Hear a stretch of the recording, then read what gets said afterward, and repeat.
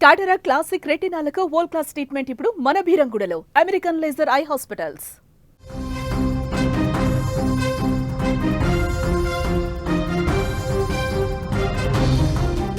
పాకిస్తాన్లో తీవ్ర ఉద్రిక్త పరిస్థితులు కొనసాగుతున్నాయి. గత కొన్ని రోజులుగా ఎక్కడ చూసినా కూడా ఆందోళనలు, లేకుంటే బాంబు దాడులు, లేకుంటే టెర్రరిస్ట్ అటాక్లు కొనసాగుతున్న సందర్భంలో మరలా ఒక తాజా ఘటన చోటు చేసుకుంది. అక్కడ జరిగినటువంటి దాడితో 10 మందికి పైగా ఎట్ ఎ టైం మృతి చెందినట్టుగా తెలుస్తుంది. ఒకవైపు పీఓకేలో తీవ్రమైన ఆందోళన కొనసాగుతున్నాయి. మరొక వైపు పాకిస్తాన్ ఇప్పటికే క్రికెట్ ఓడిపోయి నిరాశలో కూడుకుపోయింది. ఇంకా మరొక వైపు ఇప్పటికే అటు బలూచిస్తాన్కి సంబంధించినటువంటి ఆర్మీ కూడా దాడులు చేస్తున్న సందర్భంలో తాజాగా మరో బాంబు బ్లాస్ట్ కలకలం రేపింది. ఎప్పుడు ఎక్కడ ఏ బాంబు పేలుతుందో తెలియనటువంటి పరిస్థితి పాకిస్తాన్లో కొనసాగుతుంది. తాజాగా బిగ్ బ్లాస్ట్ జరిగింది. బలూచిస్తాన్ ప్రావిన్సెస్లోని క్వెటాలో నగరంలో భారీ పేలుడు సంభవించింది. క్వెటాలోని జార్కోన్ రోడ్లోని ప్రాంటియన్ కానిస్టేబులరీ ప్రధాన కార్యాలయం సమీపంలో ఇది జరిగింది. పేలుడు జరిగాక కాల్పుడు కూడా సంభవించాయన్నట్టుగా తెలుస్తుంది. దీంతో ఇది ఆత్మాహుతి దాడిగా అనుమానిస్తున్నారు. కారులో బాంబు పెట్టి పేల్చినట్లుగా కూడా అక్కడి మీడియా చెబుతుంది.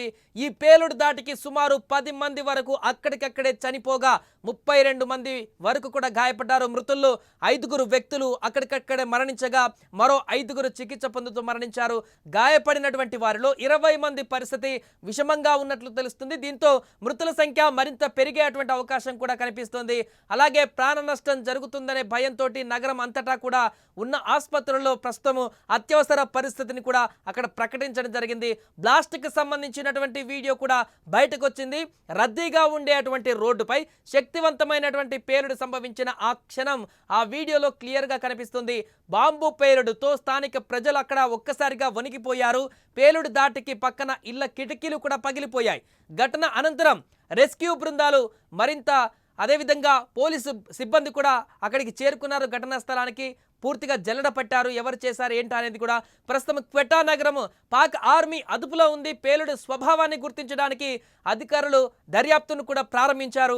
ఇటీవల కాలంలో ఇలాంటి దాడులు జరగడంతో భద్రతా దళాలు అలర్ట్ అయ్యాయి. ఇక ఇది ఎవరి పని, ఎవరు చేశారు, దీనికి సంబంధించి బాధ్యత ఎవరు వహిస్తారు, ఆ స్టేట్మెంట్లు ఏమైనా విడుదలవుతాయా అంటూ కూడా చూస్తున్నారు. ఏదేమైనా కూడా నిత్యం రావణ కాష్టంగా మారినటువంటి పాకిస్తాన్లో ఏదో ఒక ఘటన అక్కడ ఉన్నటువంటి సామాన్య ప్రజల ప్రాణాలనైతే బలికొంటున్నాయి.